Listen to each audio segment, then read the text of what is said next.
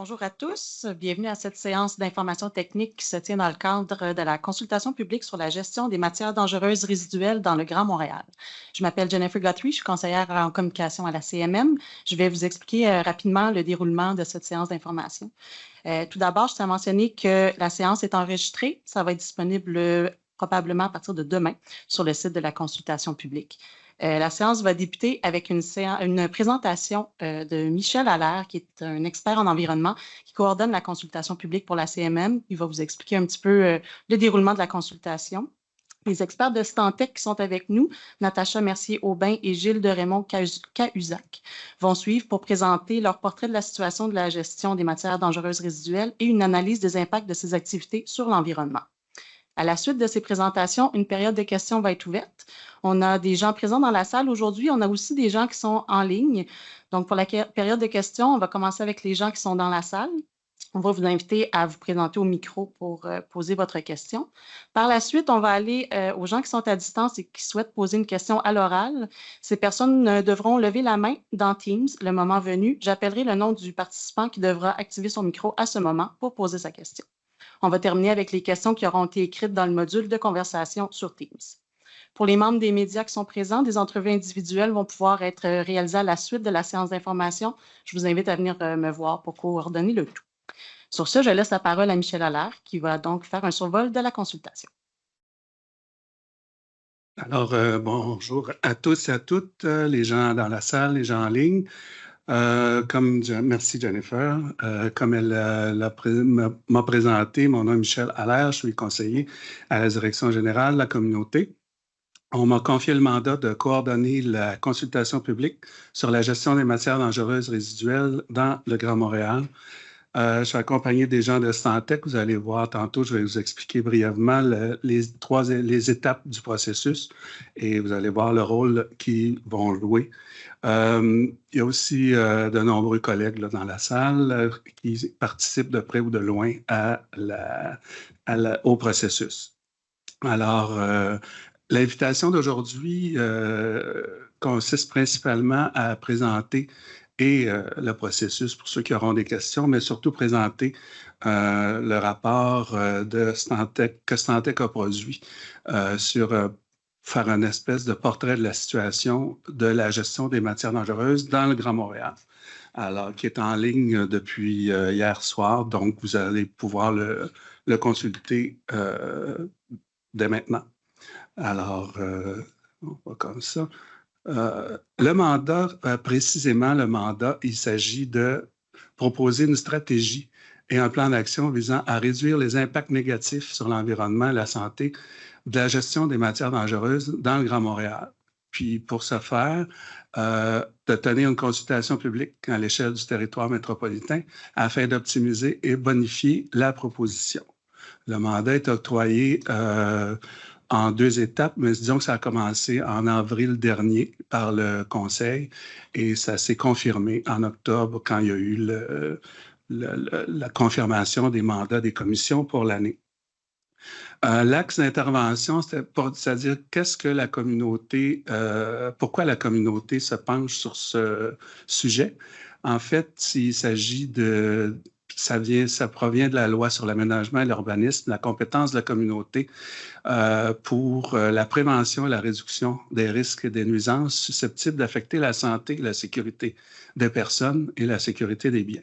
Donc, en plus de ça, par sa loi constitutive, la CMM exerce sa compétence sur l'assainissement de l'air et de l'eau. Donc, ces 3 facteurs-là mélangés ensemble, ce qui fait que c'est sur ces 3 compétences-là que la communauté s'appuie pour procéder à une démarche sur la gestion des matières résiduelles dangereuses. La démarche a commencé en septembre dernier, c'est-à-dire qu'il fallait produire un état de situation, un espèce de portrait, parce qu'il n'y a pas beaucoup de données sur le sujet. On se rappellera que le Bureau d'audience publique en environnement avait recommandé lors de la commission qui s'est penchée sur l'agrandissement de Stablex, de la cellule 6, Une des conclusions du BAP, c'était qu'il fallait qu'il proposait au gouvernement de dresser un état de situation sur la gestion des matières dangereuses résiduelles parce que c'était très éparpillé, éclaté et nébuleux. Donc, le gouvernement n'a pas donné suite à cette recommandation-là, donc la communauté a décidé de procéder sur son territoire à une démarche pour essayer de dresser un état de situation puis d'améliorer la situation. Alors, pour ce faire, donc, on avait besoin d'une expertise qu'on ne possède pas à la communauté. Donc, on a donné un mandat à la firme Stantec pour déterminer, premièrement, quelles matières vont faire l'objet de l'étude, quels sont les flux de circulation, les quantités en jeu, les installations qui traitent ces matières-là, qui les entreposent, qui les valorisent, faire une espèce de portrait justement de la situation.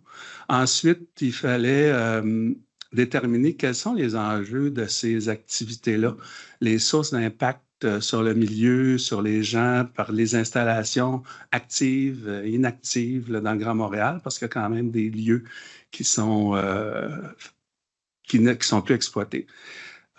Puis ensuite, proposer une stratégie de réduction d'atténuation des impacts et de la gestion des matières dangereuses résiduelles en milieu métropolitain. On ne se cachera pas qu'il y a une certaine cohabitation, une problématique de cohabitation dans notre région qui fait en sorte que les impacts peuvent être plus importants selon la proximité de résidences, bref, des problèmes de cohabitation avec lesquels on est relativement familier dans plusieurs sujets.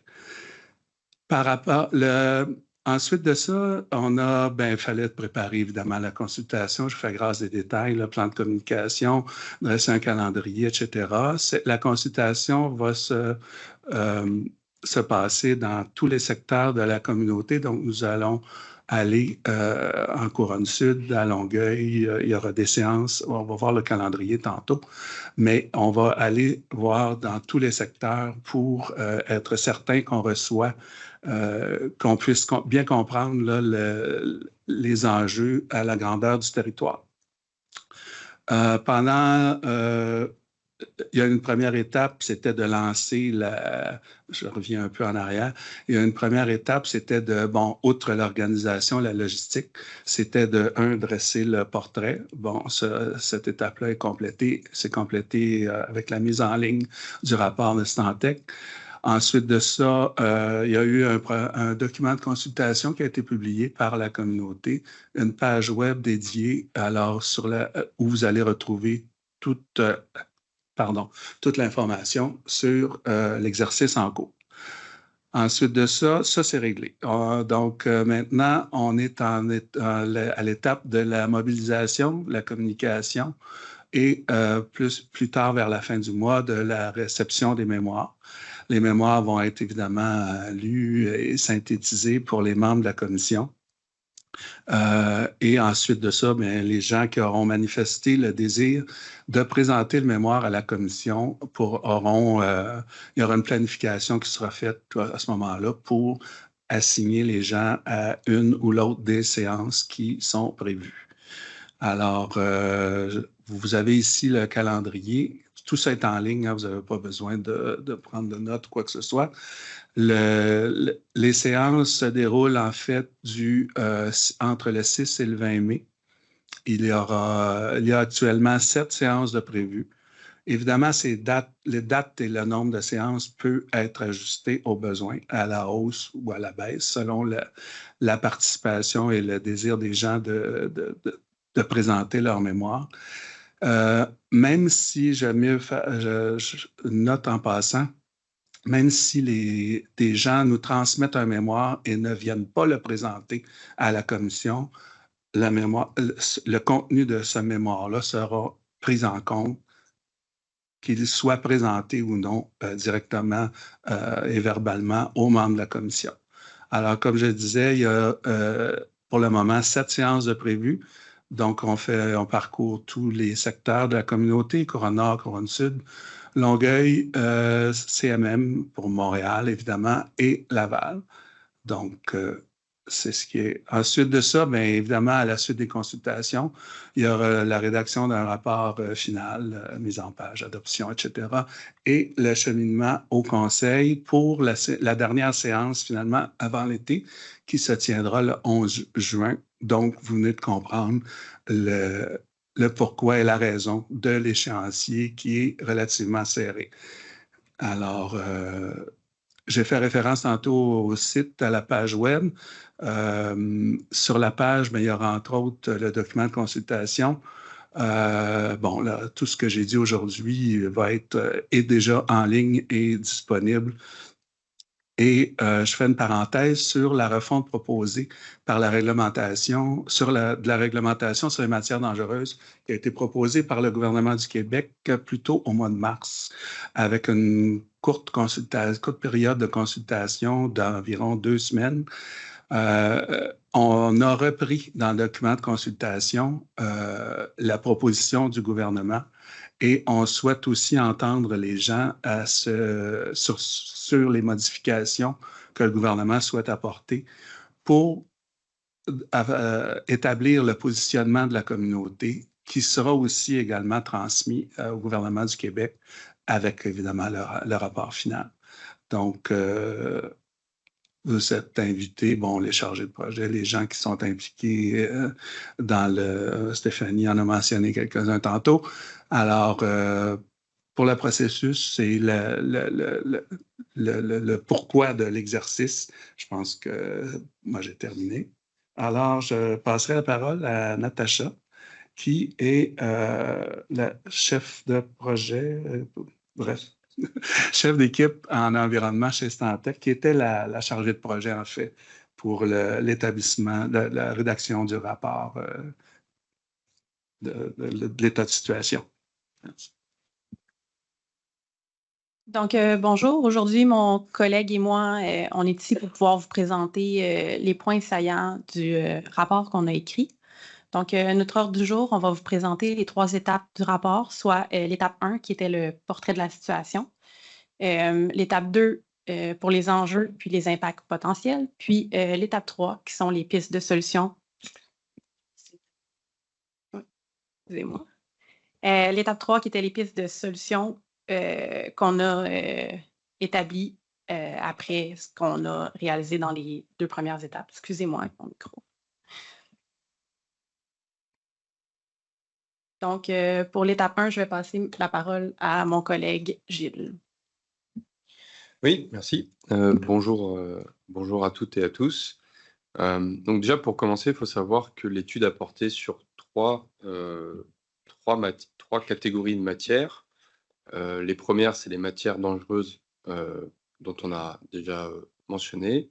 Ensuite, on a également parlé des matières non dangereuses, mais ayant des propriétés préoccupantes. Et la troisième catégorie de matières, ce sont les sols contaminés. Donc on va démarrer avec les matières dangereuses. Donc une matière dangereuse, c'est une matière qui présente un danger pour la santé ou l'environnement en étant explosive, gazeuse, inflammable, toxique, radioactive, corrosive, comburante ou lixiviable. Donc ça, c'est la définition selon la LQE. Et donc, lorsqu'on parle de matière résiduelle dangereuse, c'est une matière dangereuse, mais qui est soit mise au rebut, soit qui n'est plus utilisée, qui est périmée ou qui est spécifiquement mentionnée sur une liste établie par règlement. Donc, une fois de plus, selon la LQE. Donc, lorsqu'on parle des matières dangereuses résiduelles sur le territoire de la CMM et au Québec, selon les données du ministère, entre 2021 et 2024, vous avez ici la répartition des matières qui ont été générées. Donc, il faut savoir que ce sont les matières qui sont officiellement déclarées au ministère. Donc, on n'a pas un portrait exhaustif de toutes les matières au Québec. Ce sont seulement pour les industries qui ont une obligation de déclaration au ministère. Donc, on peut constater que ce sont de façon majoritaire les industries des secteurs du métal, du pétrole et du traitement des effluents industriels qui sont les générateurs de matières dangereuses résiduelles. Ce qui est intéressant au niveau de la répartition, c'est qu'on peut voir que sur le territoire de la CMM, ça se concentre quand même entre 3 grandes catégories de matières. Donc, on a les solutions usées de traitement et de revêtement de surface, représentant 32%. On a les résidus des systèmes d'épuration d'air, 19%. Et nous avons également les liquides et boues acides inorganiques, qui représentent 18%. Ensuite, on a tout un tas de hautes catégories de matières dangereuses résiduelles, mais qui représentent une part inférieure à 10%, et on en a compté 65. Ça, c'est pour le territoire de la CMM. Pour le Québec, on peut constater que c'est un peu plus hétérogène, puisqu'on a 51% des matières qui représentent une part inférieure à 10%, et ça représente 72 sous-catégories. Les 4 catégories principales sont les boues et solides inorganiques, les anodes et cathodes usées, les boues et résidus contenant des métaux et les scories. Donc, une fois de plus, l'ensemble de ces matières, que ce soit au niveau du territoire de la CMM ou au niveau du Québec, sont générées, comme je l'ai dit tantôt, par 3 secteurs principaux. Là, nous avons les quantités, donc les tonnages, qui sont déclarés, générés et gérés sur le territoire de la CMM. Donc, la ligne tout en bas, ça vous donne le total généré sur le territoire de la CMM. Et ensuite, on a la répartition en fonction des zones géographiques où ces matières sont effectivement traitées. Donc, on va avoir 64% des matières qui ont été traitées donc des matières générées sur le territoire de la CMM qui sont également traitées sur le territoire de la CMM. On va avoir 8% qui sont traités au Québec, en dehors du territoire de la CMM, 2% au Canada, en dehors du Québec, 25% aux États-Unis et 1% dans le reste du monde. Le reste du monde étant principalement Europe et une partie de l'Asie aussi. Si on compare à l'échelle du Québec, ça donne quelques informations intéressantes. La première, c'est qu'on constate que presque 80% des matières qui sont générées au Québec sont également traitées au Québec. Au Canada, ça représente 4%, aux États-Unis 15% et dans le reste du monde 3%. Maintenant, si on passe à la deuxième catégorie de matières que nous avons étudiées dans le cadre du mandat, ce sont les matières non dangereuses ayant des propriétés préoccupantes. Donc, première chose à savoir, il n'existe pas de définition réglementaire des matières non dangereuses ayant des propriétés préoccupantes ou MNDPP. On va plutôt utiliser le terme MNDPP, sinon ça va être un peu long à chaque fois. Donc, c'est un terme qui est spécifiquement utilisé dans le cadre de l'autorisation délivrée à Stablex. Donc ça, c'est le premier point. C'est quelque chose qui avait été identifié par le BAP pour la cellule numéro 6. Donc, dans le cadre du mandat, il y a certaines sous-catégories de matières qui appartiennent à ces MNDPP, mais les 3 principales qu'on a voulu retenir sont l'amiante, les boues d'alun d'origine municipale et les cendres d'incinérateurs municipaux d'ordures ménagères et de boue. Ces 3 catégories de MNDPP sont générées lors des activités suivantes: déconstruction, démolition des bâtiments, traitement de l'eau ou incinération des matières résiduelles et des boues municipales. Donc, concernant ces MNDPP, en termes de tonnage, d'après les informations communiquées par Stablex, on a en moyenne 20 000, on va dire, par an, 20 000 tonnes par an de MNDPP qui sont traités au Québec. Parmi ces environ 20 000 tonnes, on voit que la majorité provient du Québec même. Cependant, le site de Stablex n'est pas le seul à recevoir des MNDPP. On peut également identifier que le lieu d'enfouissement technique de Terrebonne reçoit de l'amiante, environ 5 500 tonnes par an, et qu'il y a également des cendres de grilles et des cendres volantes d'incinérateurs qui ne sont pas envoyées à Stablex. On les estime à environ 120 000 tonnes par an. Donc, en additionnant ces différentes quantités, on obtient une moyenne annuelle d'environ 146 000 tonnes à l'échelle du Québec. À noter que ce sont bien des données partielles. On n'a pas d'informations disponibles de façon publique concernant les quantités de boue d'Alain et on n'a pas un portrait global non plus des matériaux contaminés à l'amiante. Et on se doute qu'il doit y avoir d'autres lieux de réception que le site de Stablex ou que le lieu d'enfouissement technique de Terrebonne. Je passe la parole. Donc, pour les sols contaminés, on a utilisé la définition du guide d'intervention qui est dans le fond, un sol contaminé, c'est un sol dont les concentrations d'un ou de plusieurs contaminants sont supérieures aux critères A du guide d'intervention. Il y a différents niveaux de contamination qui sont établis dans le même guide. Donc, on peut avoir le critère A qui est les teneurs de fond pour les paramètres inorganiques, donc les métaux. Puis, la limite de quantification des laboratoires pour les contaminants organiques, par exemple les hydrocarbures pétroliers. Le critère B, c'est le critère maximal pour des usages de terrain qui sont résidentiels, institutionnels, sensibles. C'est également l'équivalent de l'annexe 1 du règlement sur la du RPRT, qui est le règlement sur la protection et la réhabilitation des terrains. On a ensuite le critère C, qui est la limite maximale permise pour les terrains à usage industriels commerciaux. Puis, on a ce qui est communément appelé le critère D, qui est l'équivalent de la limite pour l'enfouissement des sols selon le règlement sur l'enfouissement des sols contaminés. Dans le cadre de notre portrait de la situation, on a fait la demande au ministère de l'Environnement et de la lutte contre les changements climatiques, puis de la faune et des parcs, pour pouvoir avoir les données qu'il y avait avec Trace Québec pour l'ensemble de la province. Puis, ils nous ont fourni les données qui étaient disponibles entre le 1er janvier 2023 et le 31 décembre 2025, donc toutes confondues. Juste à titre informatif, le Trace Québec est rentré en vigueur le 1er janvier 2023, donc on a les données à partir du moment où c'est rentré en vigueur. Sur Trace Québec, il y avait 27 millions de tonnes métriques de sol contaminés qui étaient comptabilisés. Là-dedans, sur les 27 millions, il y avait environ 18 millions de tonnes métriques qui étaient AB, donc on parle du 2/3 de sols qui sont considérés faiblement contaminés.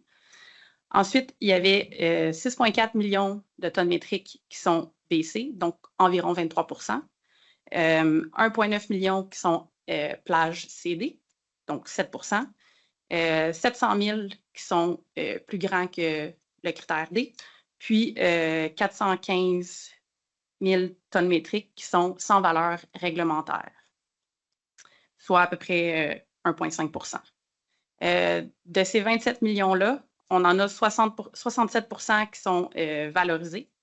Donc, dans ce 67 %-là, 88 de ce volume-là, c'est des sols qui sont AB, donc faiblement contaminés. Puis le reste, dans le fond, c'est soit BC, CD ou aucune valeur réglementaire. Ensuite, on a 11,5 qui sont utilisés pour du recouvrement. Donc, on peut parler de recouvrement périodique, mensuel, journalier, final. Puis, dans cette catégorie-là, une grosse partie, ce sont des sols qui sont BC. Puis, il y a 11 qui sont envoyés en traitement, toutes catégories confondues. Puis, en élimination, 7 Donc, c'est environ 1,9 million.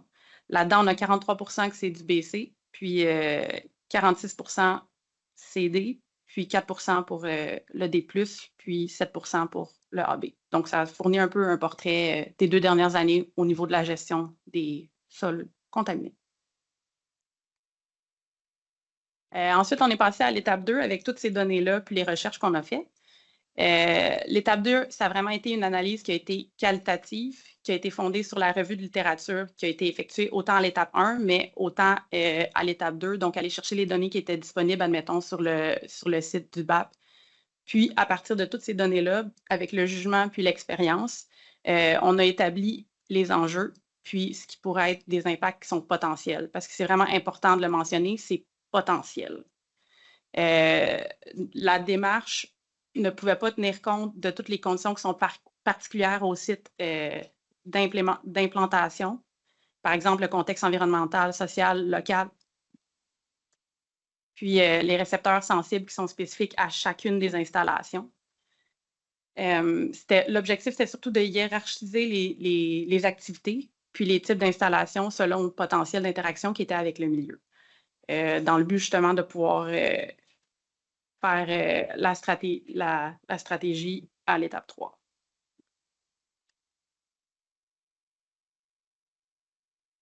Oui, donc comme présenté, on a essayé de proposer une classification de l'intensité des activités liées à la gestion des différentes matières qu'on vous a présentées. Donc à la fois pour les MDR, pour les MNDPP et pour les sols contaminés. Donc une fois de plus, hein, ce sont des composantes qui sont potentiellement affectées avant application des mesures qui vont permettre d'atténuer ces impacts. Donc ce n'est pas spécifique par site. Donc, je ne vais pas aller à travers tout le tableau. Vous l'avez de toute façon dans les documents de consultation. Par contre, ce qu'on peut identifier assez bien, c'est que dès qu'on parle lieu d'enfouissement, c'est sûr qu'on peut s'attendre à des intensités plus importantes que pour les autres types d'activités de traitement, de valorisation, d'utilisation à des fins énergétiques, etc.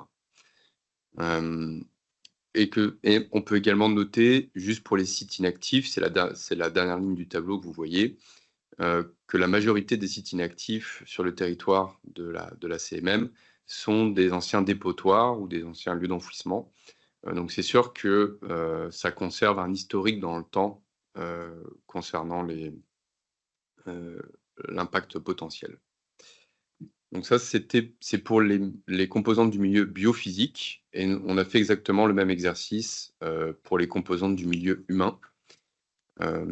Donc là également, ça ressort quand même assez vite, même si c'est un peu moins prégnant, mais ça ressort assez bien que les activités d'enfouissement vont avoir une intensité potentiellement un peu plus forte que les autres types d'activités.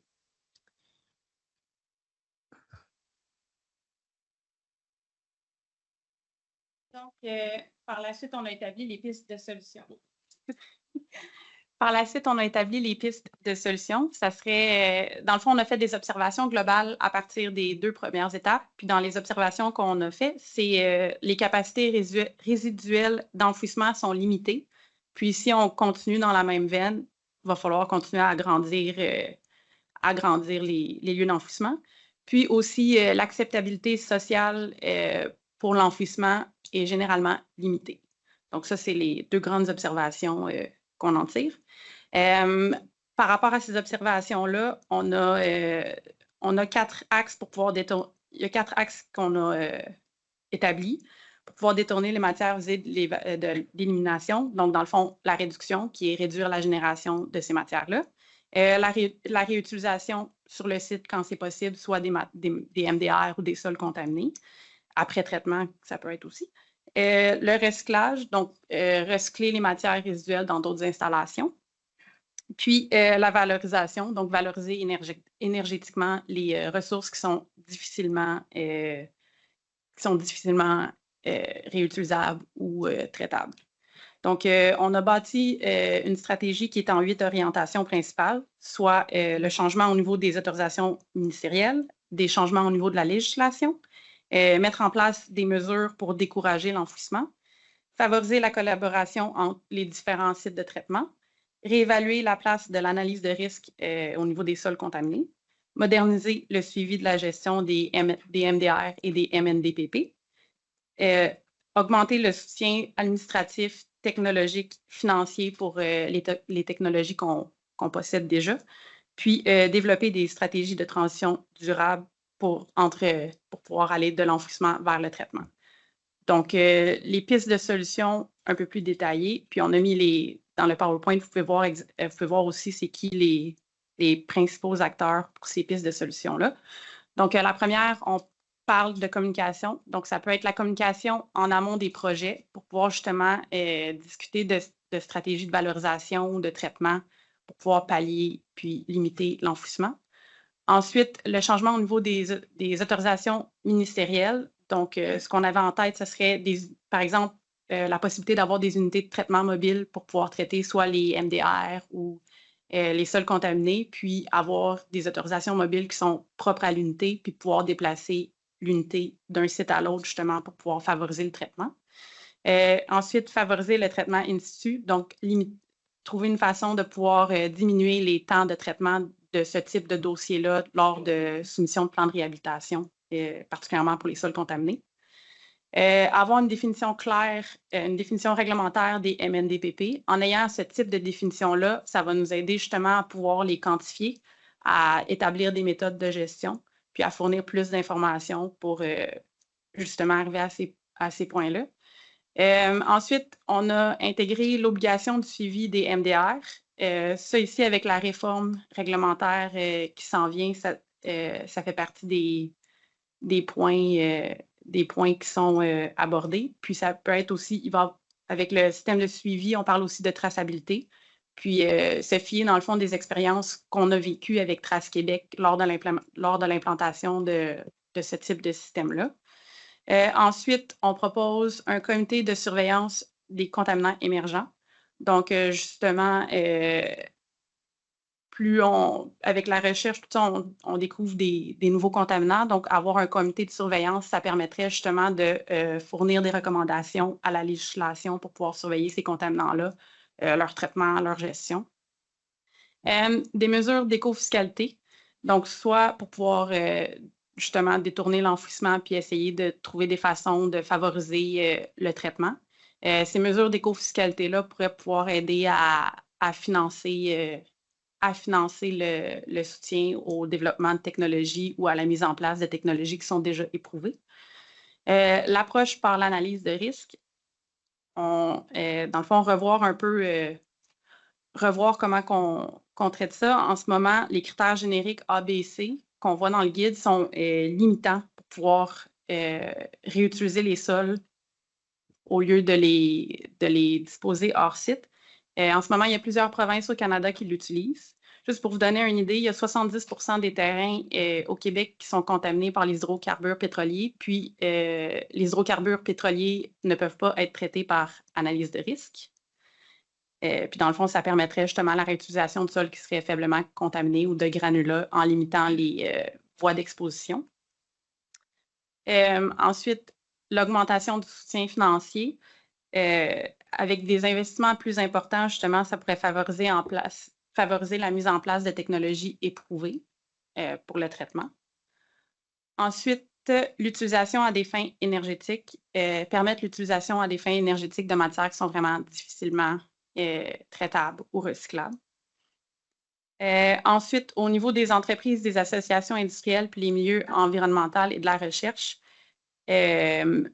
on a mis la collaboration. On pense que ce serait une bonne chose que plus d'industries collaborent ensemble. En ce moment, il y a des traitements qui sont applicables au MDR, qui sont applicables au sol. Par exemple, la stabilisation, la vitrification, certains procédés chimiques et thermochimiques.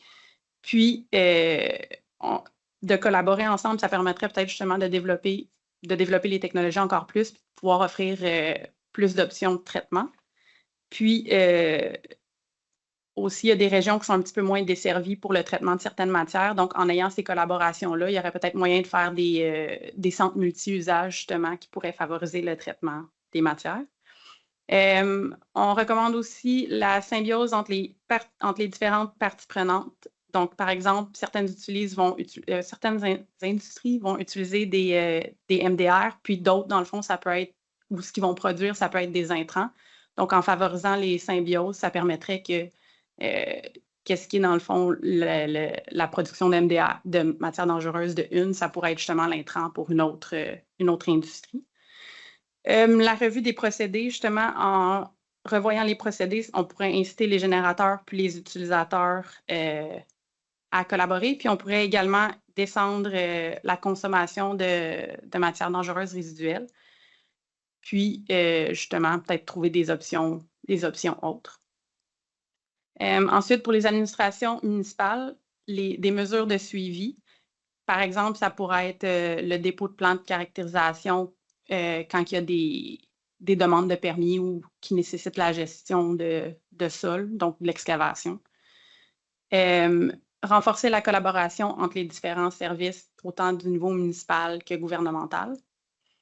Puis, favoriser les mesures de réduction et de valorisation des MDR, donc avec les éco-centres qu'on connaît. Puis, revoir les procédés des installations, donc voir si justement les installations, au lieu d'utiliser des MDR, ils pourraient utiliser d'autres choses. Donc, ça, c'était nos pistes de solutions. Donc, ce qu'on a remarqué aussi, c'est que le Québec a quand même une grande expertise éprouvée. Puis, il y a une somme de connaissances. Puis, à partir de ça, on pourrait se doter de méthodes qui pourraient nous permettre de favoriser les 3 RV. Puis, en collaborant autant du niveau du gouvernement, des industries, des municipalités, ben, on pense qu'il y aurait moyen justement de faire valoir l'expertise qui est déjà présente au Québec, autant au niveau gouvernemental, public, privé. Donc, merci. Merci beaucoup. On va donc lancer la période des questions pour les personnes qui sont présentes dans la salle. Je vous invite à vous présenter avant de poser votre question. Merci.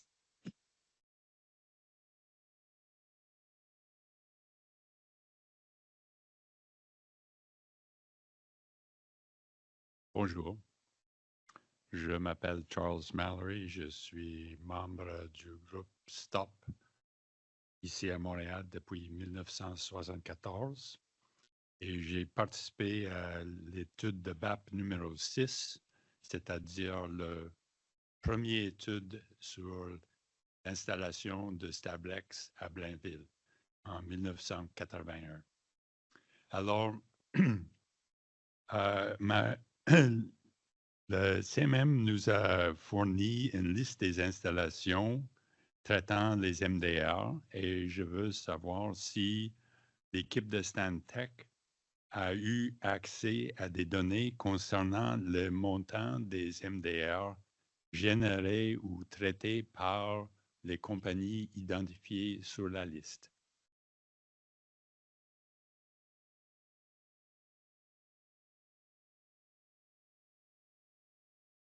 Donc, nous, les données que nous ont transmis le ministère, ça comprend deux jeux de données. Le premier, ce sont les générateurs.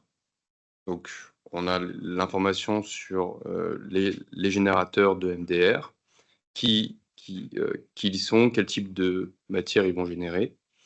Le deuxième jeu de données qu'on a reçu, ça concerne la destination de ces MDR d'un point de vue géographique. Mais on n'a pas reçu de la part du ministère la destination de ces MDR par entreprise de traitement. C'est-à-dire, pour la destination, le CMM est une destination, même pas, disons, Montréal ou Corona. Si, c'est ça. On va l'avoir par ville. Voilà. Mais on n'a pas de précision sur l'entreprise qui, effectivement, les réceptionne et les traite. Si vous me permettez une autre question. Il y a des données provenant de la CMM concernant l'échantillonnage des effluents des compagnies génératrices des MDR. Et je demande si l'équipe Stantec a eu accès à ces données en termes de les générateurs dans la CMM.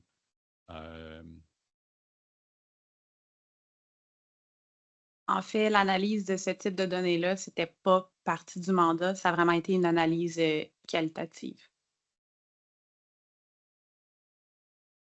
L'identification de génératrices particulières ne faisait pas partie du mandat? De regarder, dans le fond, les résultats d'analyse des effluents. Juste pour préciser, il n'y avait pas de croisement entre les rapports sur la surveillance du règlement 2008-47 et l'étude en cours. C'était vraiment au niveau de ce qui est produit et traité au-dessus du sol et non pas dans les égouts. OK.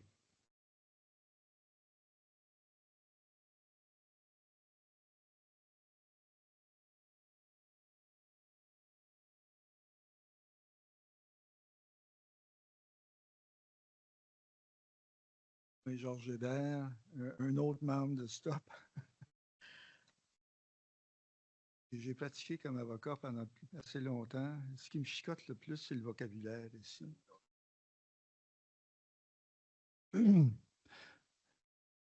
Est-ce que le vocabulaire qu'utilise le ministère de la province de Québec et le fédéral, est-ce que c'est le même vocabulaire? Ou est-ce qu'on est pogné avec des versions différentes qui essayent d'exprimer les mêmes choses, mais finalement, on ne sait pas si on parle de la même chose, oui ou non. Est-ce que c'est pareil? En fait, l'environnement, c'est de compétences provinciales. On a fait l'analyse des cadres réglementaires, mais l'environnement, c'est vraiment de compétences provinciales. Mais étant donné que l'importation et le transport sont gérés par le fédéral, avez-vous tenu compte de ça et de ce vocabulaire-là qu'utilise le fédéral? Le vocabulaire utilisé est principalement celui du gouvernement du Québec. Et on n'a pas touché à l'aspect transport, donc on n'a pas eu à aller traiter les données du fédéral à ce niveau-là.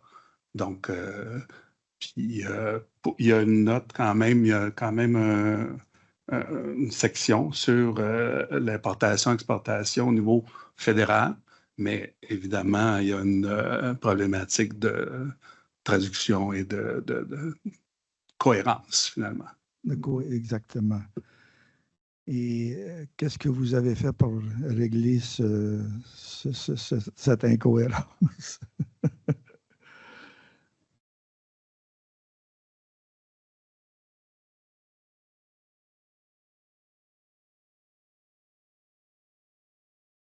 Oui, bah, on a pu aller consulter les données sur le site fédéral, notamment pour avoir les informations sur les quantités qui sont importées et exportées. Et on a pu croiser cela avec les informations qu'on avait également au niveau provincial. Voilà. OK. Une dernière question. Je n'ai pas personnellement regardé le site fédéral, mais est-ce que le site fédéral vous donne une idée, d'une manière ou d'une autre, qu'est-ce qui arrive, mettons, particulièrement chez Stablex? Êtes-vous capable de décortiquer ce qui est arrivé chez Stablex? Alors non, le fédéral va nous renseigner sur qu'est-ce qui arrive au Canada. Et pas plus. Pas plus. Merci.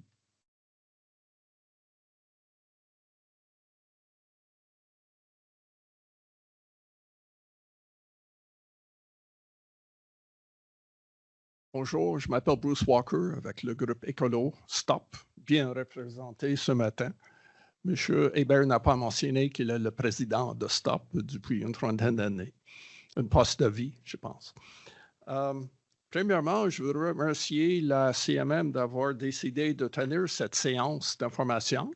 Je pense que c'est à cause de mon intervention il y a 2 mois devant le conseil de la CMM. Avez-vous l'intention de tenir une séance d'information avant vos séances de consultation. Donc, merci beaucoup.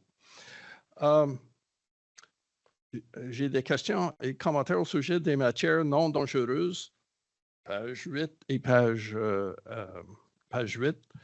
Je note les bouts d'alun d'origine municipale et les cendres d'incinérateurs sont volantes et sont de gris.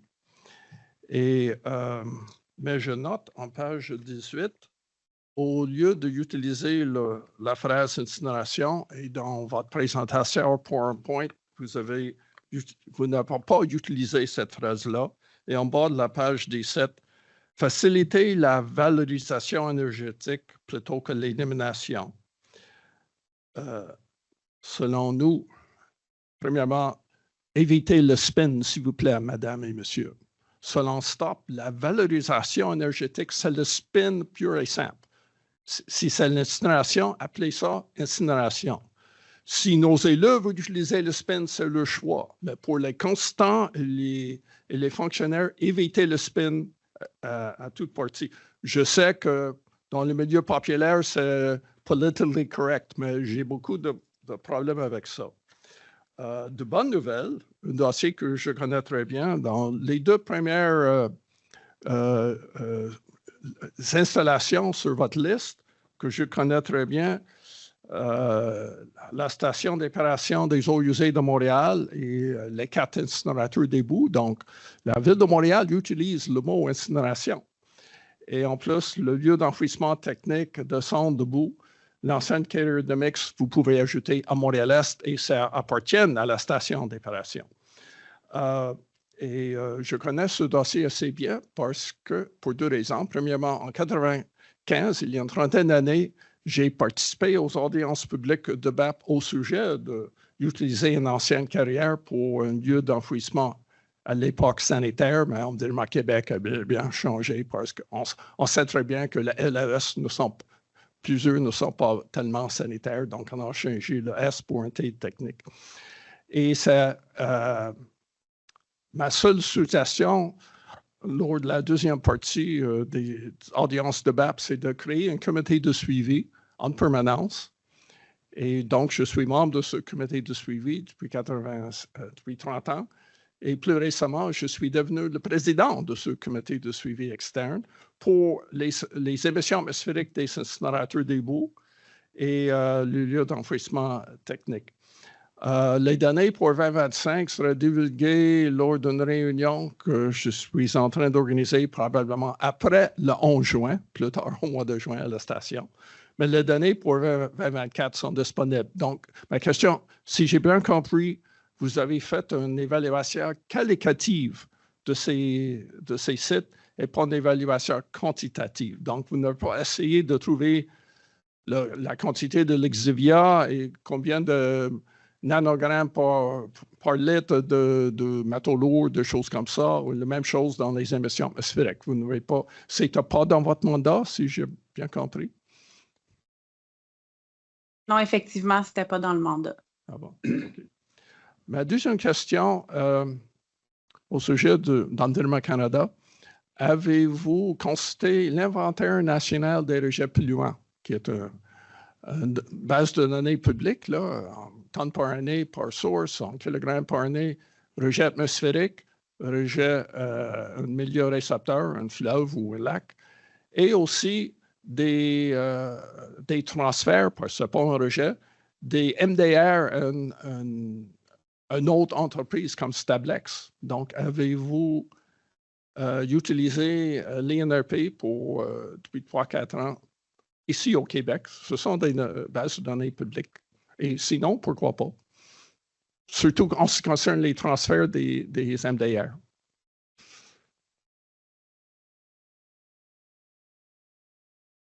Donc, pour l'INRP, non, parce qu'encore là, on parle de quantitatif, donc c'était vraiment qualitatif, donc ça n'a pas été pris en compte dans le cadre du mandat. Et pour le transfert des MDR, donc j'imagine que vous parlez des importations et des exportations entre le Canada et le reste du monde. Donc là, on a pu consulter les bases de données qui sont disponibles sur le fédéral. En effet. Pour Michel, est-ce que c'était hors le mandat de Stantec de faire ça? Oui, parce que s'il avait fallu faire une étude quantitative de chaque entreprise qui sont nommées sur la liste, ça aurait été un travail monumental et interminable. Donc, il n'était pas question non plus de faire une mini-étude d'impact sur chaque entreprise. Vous comprendrez pourquoi. Donc, c'est vraiment qualitatif. C'était vraiment, c'est ce qui a été demandé. Puis de toute façon, comme les données que vous parlez et que vous mentionnez sont effectivement accessibles au public. Oui. Donc, à la limite, quelqu'un qui veut répondre et participer à la consultation peut se servir effectivement de ces données-là. Il n'y a aucun problème. Ce que M. Mallory a déjà fait pour nous. Parfait. C'est tout pour l'instant. Je vais revenir ici.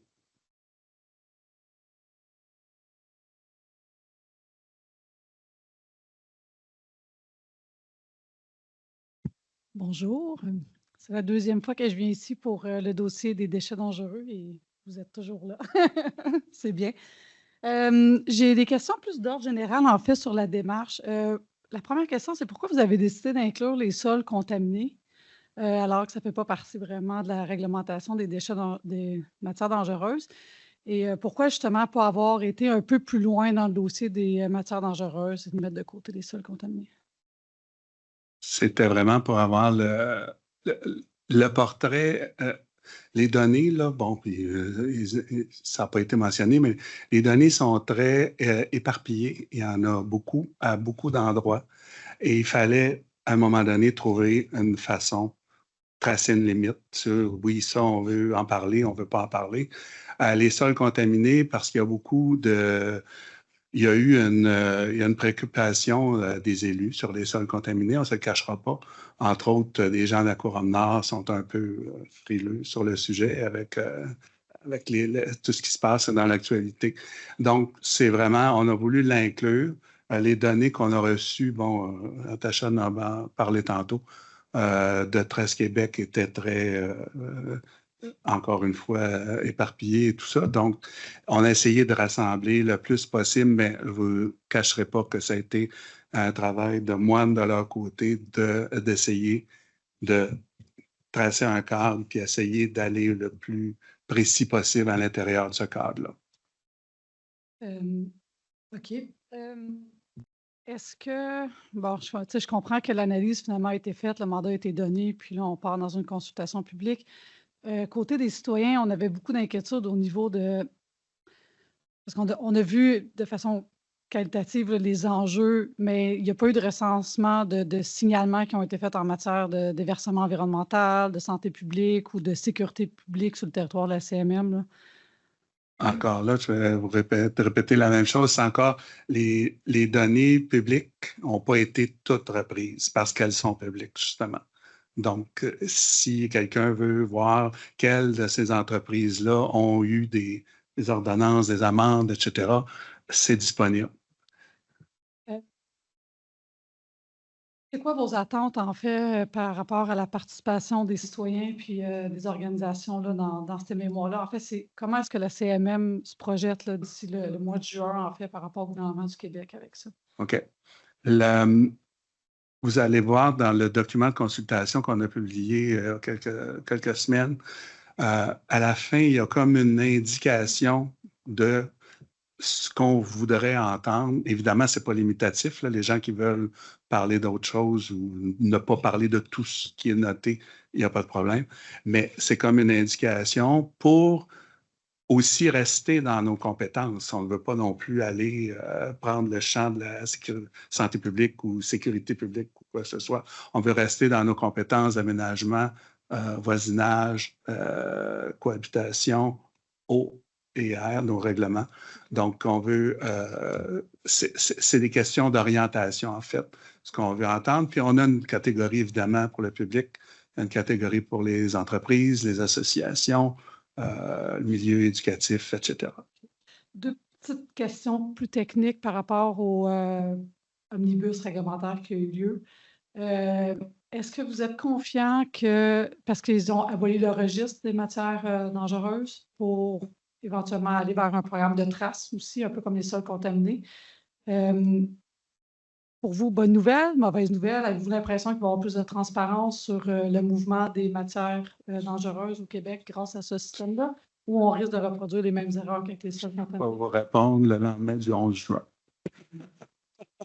Puis, dernière question, ils ont retiré également la mention des BPC dans ce règlement-là. Avez-vous idée du pourquoi? J'ai questionné plusieurs personnes, puis... Je sais pas. Je sais pas. Non. Merci. Pardon, pouvez-vous vous présenter? Oui, Rebecca Pétrin, directrice générale chez Au Secours. Il y a d'autres questions dans la salle.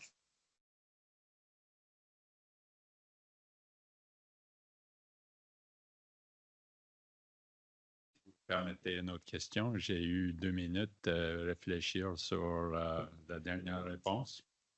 Et avant de vous donner la question, je vais mentionner que j'ai vu dans votre liste de pistes de solutions, il y a des idées pour le Québec, il y a des idées pour le fédéral, les municipalités. Il n'y a pas des idées pour le CMM. Ce que m'étonne un peu. Qui est le client? Il n'y a rien à faire. Le client n'a rien à faire. Alors, Bruce Walker a déjà parlé de la station d'épuration Marcotte. Et celui-ci, je pense que c'est bien connu, est probablement la plus grande source de métaux lourds entrant dans le fleuve ou effectivement sortant de n'importe où dans le Québec. Et j'ai appris ce matin que 32% des MDR viennent de l'industrie de revêtement de surface, des métaux lourds. Et ces métaux lourds, alors, une bonne partie, ultimement, ils viennent dans la rivière. Et je parlais de l'échantillonnage. Alors, ce n'est pas exactement, c'est une question pour vous autres, mais je sais déjà la réponse. Mais c'est un genre de heads-up pour la CMM où la réflexion de Stop va sur cette question. Si cette plus grande source de métaux lourds au Québec est la station d'épuration Marcotte et le CMM a entre ses mains l'échantillonnage de toutes les industries individuelles, il ne peut pas faire le lien entre le fait que notre ville est une source, la source primaire de ces substances toxiques et s'il faut considérer, resserrer la réglementation ou peut-être la suivi, assurer que ces métaux toxiques ne tombent pas dans l'environnement. Et de ce que vous avez dit, vous dites que n'ayant pas un croisement, mais je vois un croisement, mais je pense que la réponse, c'est Stantec n'a pas étudié ça. Mm-hmm. Et il n'a pas de recommandation envers le CMM à cet effet. Vous invitez à la produire, la recommandation. Il y en a quand même une là, qui est dirigée vers la CMM, en fait. C'était proposer une modification au plan métropolitain d'aménagement sur la cohabitation des zones. Donc, vous regarderez là, dans le chapitre des administrations municipales, il y en a une là-dedans qui s'adresse à la communauté. Mais effectivement, la plupart, c'est vrai. Le rapport, non, c'est dans le document de consultation en ligne. Oui, dans les à qui s'adressent les questions. Vous allez voir, il y en a une dans les administrations municipales qui est adressée à la communauté elle-même.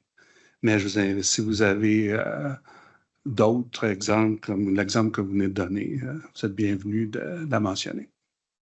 Merci. Et merci à vous tous. Puisqu'il semble-t-il, j'ai 30 secondes.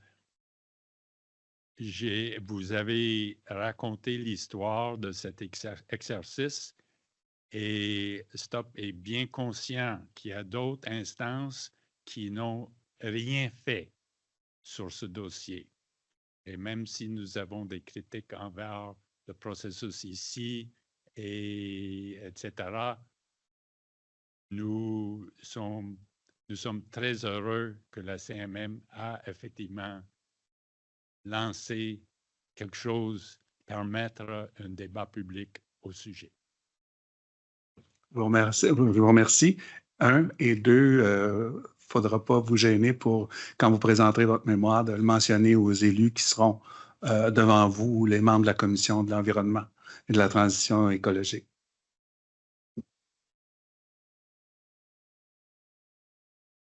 On a d'autres questions dans la salle? Oui. Bruce Walker, toujours avec Stop. Je sais, on est enregistré, donc il faut s'identifier chaque fois. Pour faire le suivi à la question, l'intervention de mon collègue, M. Mallory, à moins que j'ai manqué quelque chose, je n'ai pas lu la phrase « l'acceptabilité sociale » dans votre document.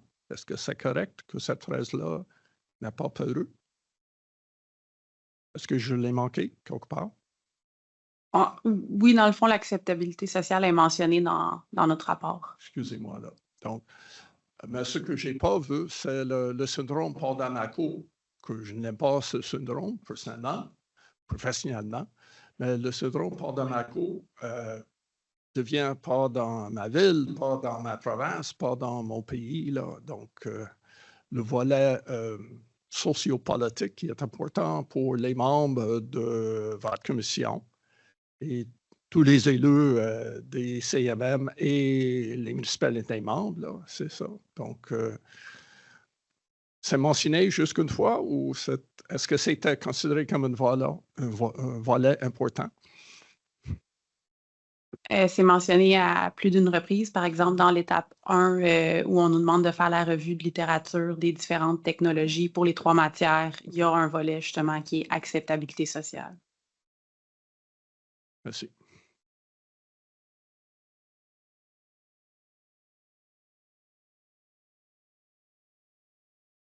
Georges Hébert à nouveau, de Stop.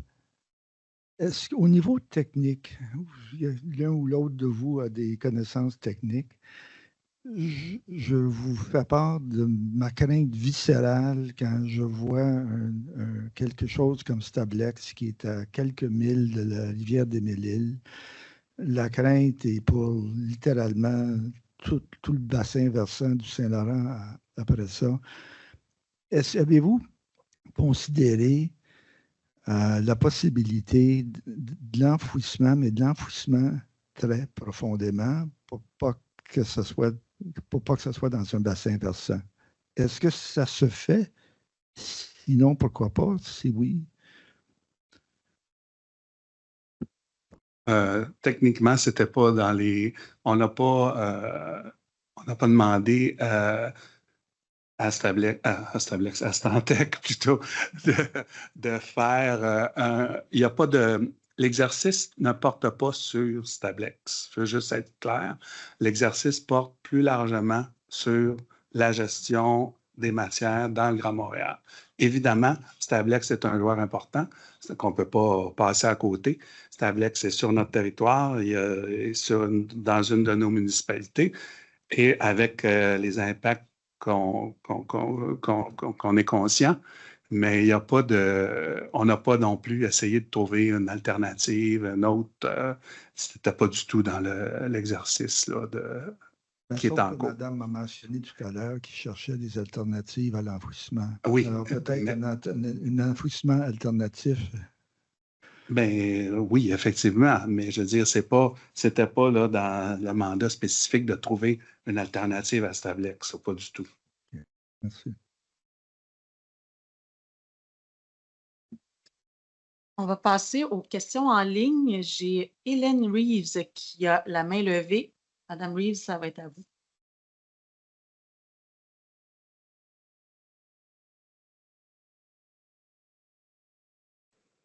Est-ce que vous m'entendez bien? Oui. Oui, alors Hélène Reeves, porte-parole de Vigie citoyenne Port de Contrecoeur. Alors, sur le site du port de Contrecoeur, il y a dans les règlements municipaux de Contrecoeur des sols contaminés qui sont très bien identifiés avec, par exemple, de l'aluminium, du cadmium, du fer, du nitrate, du vanadium, du zinc. Et sur un autre endroit dans le site du futur port de Contrecoeur, sur le lot P252, du cadmium, du cuivre, du nickel, du plomb, des produits pétroliers et du zinc. Alors, à date, le port de Montréal refuse de se conformer aux règlements municipaux de Contrecoeur et la Ville dit qu'elle n'a pas les moyens de contester la décision du port. Donc, les citoyens sont allés devant le comité permanent des transports à Ottawa pour demander leur intervention. Et le comité permanent des transports à Ottawa a adopté à l'unanimité la motion suivante. Qu'au nom du comité, le greffier envoie une lettre au port de Montréal lui demandant de rendre public et de soumettre au comité dans un délai de 30 jours son plan d'assainissement des terrains contaminés à Contrecoeur et que le comité invite le port à se conformer aux règlements municipaux et aux lois environnementales du Québec. Donc, est-ce que ce serait pertinent de déposer un mémoire devant, en fait, dans le cadre de consultation que vous faites? Madame, non, c'est bon. Madame Reeves, je vous inviterai à proposer votre mémoire, effectivement, puis on verra à la lumière de vos recommandations, de vos conclusions, s'il y a lieu d'adresser une de nos remarques, en fait, ou une de nos conclusions au gouvernement fédéral à ce sujet-là, mais évidemment en traitant là, de façon plus générale, là, on ne veut pas non plus aller dans le spécifique avec un numéro de lot, mais en ayant traitant le sujet de manière plus générale, oui, effectivement, si vous trouvez pertinent de vous prononcer, on vous invite à le faire. En fait, je vous dirais que nous, on cherche le plus d'appui possible pour qu'il y ait vraiment un plan de réhabilitation qui soit complété. Il est déjà identifié comme étant débuté mais non terminé dans les règlements de la Ville de Contrecoeur. Donc, ce qu'on voudrait, évidemment, c'est qu'il soit complété parce qu'en ce moment, on va assister à la même chose, au même phénomène que Norvolt, c'est-à-dire qu'on est en train de raser une forêt de 13 000 arbres, on met de la machinerie sur des terrains, et on va même arroser ces terrains-là avec jusqu'à 1400 mètres cubes d'eau tirée directement du fleuve. Donc, les possibilités de ruissellement et de contamination sont très grandes. Donc, qu'est-ce que vous pouvez faire, vous? Ça serait émettre une recommandation au gouvernement fédéral ou est-ce que ça peut être aussi aux municipalités et au ministère de l'Environnement du Québec? Mais ça, écoutez, je ne peux pas vous répondre à ce moment-ci. Selon ce que vous nous proposerez, les gens de la commission verront à en disposer là, de la meilleure façon pour qu'il y ait le meilleur impact là, pour essayer de vous appuyer là-dedans. Là. Ça, il n'y a pas de problème. Mais en fait, vous allez faire des recommandations qui pourraient s'adresser à ces 3 paliers de législation municipale, provinciale et fédérale? Oui, bien, C'est pour ça qu'on a divisé là, les recommandations et on les divisera selon à qui ils s'adressent. Évidemment, vous êtes bien consciente là, que au Canada, on a toujours nos 3 juridictions là, qui se croisent et qui cohabitent. Là. Donc, évidemment, le port étant un terrain sous juridiction fédérale, c'est vraiment à ce niveau-là là, que ça se passe.